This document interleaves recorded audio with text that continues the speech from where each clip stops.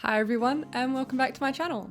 So today we're going to be talking about a topic that I think is really important in witchcraft and one that I had no idea about when I was starting out. And that is how to actually craft spells.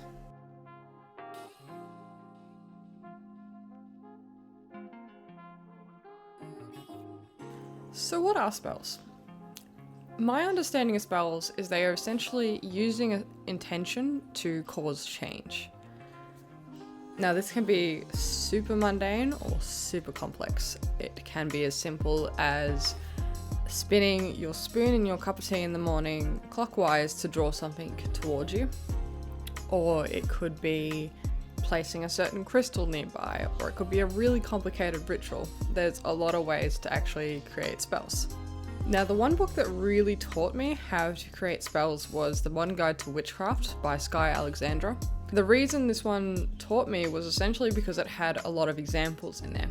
So for this video, I'm going to start with an example and then we're going to break it down and see how I actually create spells and how I work out what components and such I want to use.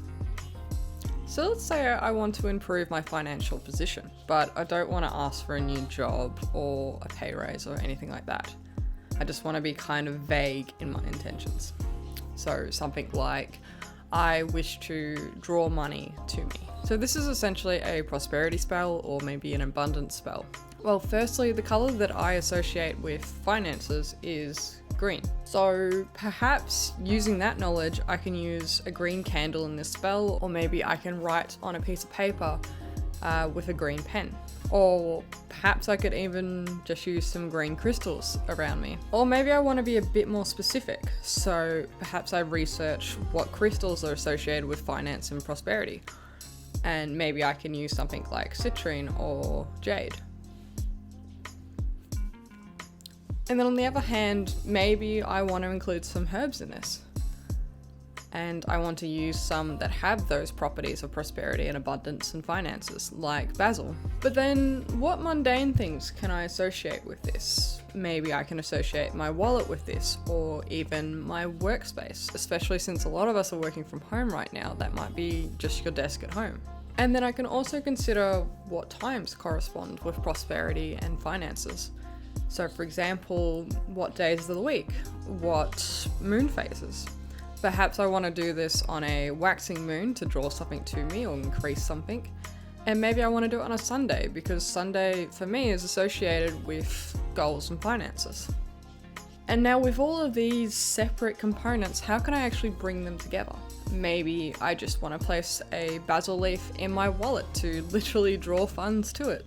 Or maybe I could place a jade crystal near where I keep all of my bills and files. Or hang a sprig of basil near my workplace or on my computer monitor so that I am improving my finances while I work. Or maybe I want to do something very typical of witchcraft and take some of these ingredients, put them in a pouch or a jar, sit it by some crystals to charge, and then hang it up or bury it. And then again, maybe I just want to do something really quick in the morning as I'm getting ready for work, and that's as simple as brewing a tea with basil and turning my spoon clockwise to draw funds near. And perhaps I also want to add some words to these actions just to really get the message across and really focus my intentions. I find that actually using a phrase or some words is a really good way to focus your intentions during spell work. Maybe I even want to say it in a rhyme, which I find to be quite potent. Do you sort of get how this works? So based on this example, what steps were actually involved here? So firstly, you want to state your intention. What do you actually want this spell to do? So as the example, that was for prosperity and to improve finances. Maybe you want to get better grades. Maybe you want to pass a test or have more happiness and love in your life. Just really focus on what those intentions are. And then what is this intention actually associated with? Perhaps it's prosperity like the example, or is it love or happiness or learning or concentration or anything like that? What sort of property does it actually file into? And then what components are associated with this theme? It doesn't just have to be herbs and crystals.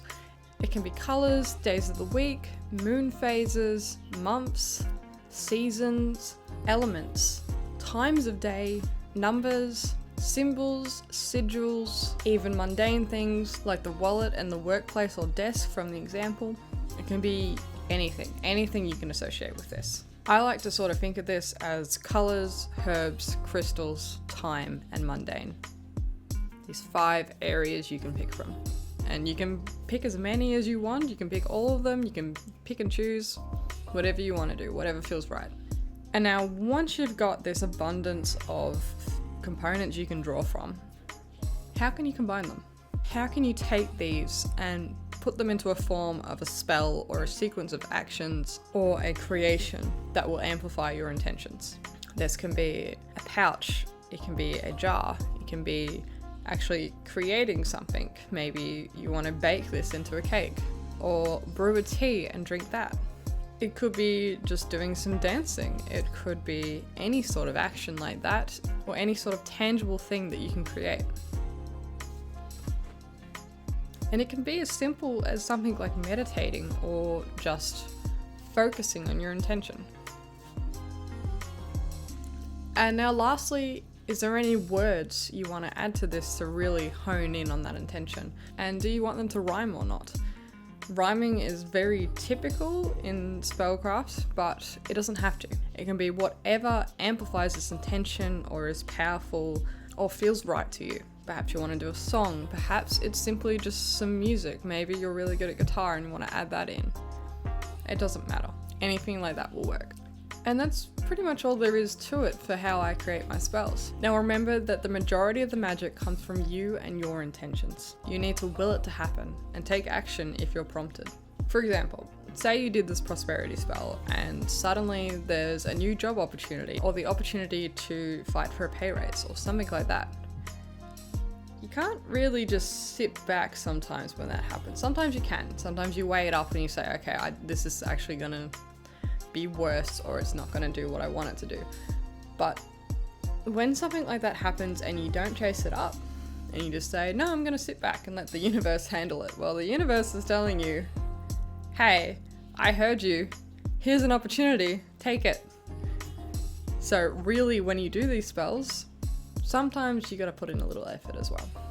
So if you do have these sort of opportunities come up associated with that spell work you did, chase them up. See what they're like. Weigh up the pros and cons before just dismissing it. Maybe it'll actually be the avenue you need. But again, remember, the most important part is your intention. If you don't have access to any components you can use, it doesn't really matter. If you simply focus and will it to be, and maybe say a few words, that's as simple as magic can be.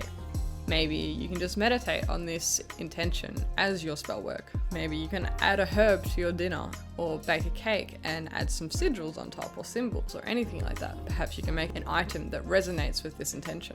Maybe you just want to draw some symbols in the dirt outside. It can be as simple, creative, or complex as you can imagine.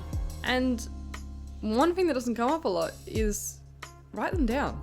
Seriously, take notes on your witchcraft. It is so helpful because it means you can refer back. Like maybe you cast a spell a month ago and something happened and you're like, oh, hang on, that was the spell. If you have it written down somewhere, then you can actually refer back to it and work out, okay, what worked, what didn't. And maybe you'll want to reuse that spell in the future and you've got some notes to actually be able to recreate it. Or maybe it can help you create other spells based on, hey, this worked, so maybe I can apply it somewhere else. I don't tend to write my spells down in my Book of Shadows until I'm really happy with them. When I've just made them, I tend to put them in my Book of Mirrors or essentially a field journal for witchcraft. It doesn't have to be nice, it can be as messy as you want. Write notes everywhere. It just needs to have all the important stuff down. And this can be what times you did it, what time of day, the moon phase, the days of the week, the season, any components you used, how you actually went about doing it, anything that happened that made you think, oh, that was interesting, maybe I'll write that down. It's essentially a science report, but for witchcraft. Well guys, I think that's all I really had to say on spellcraft. I hope that really helped you guys, and let me know if you have any more questions or any advice down in the comments below. It'd be really good to hear your thoughts and see what works for you. Now I do have a little announcement to make. Recently I have updated my Etsy store and it now contains resin pendants. These are some really pretty pendants I've made with resin, plants, and crystals. And if you would give that a look, I would really appreciate that. Thank you guys.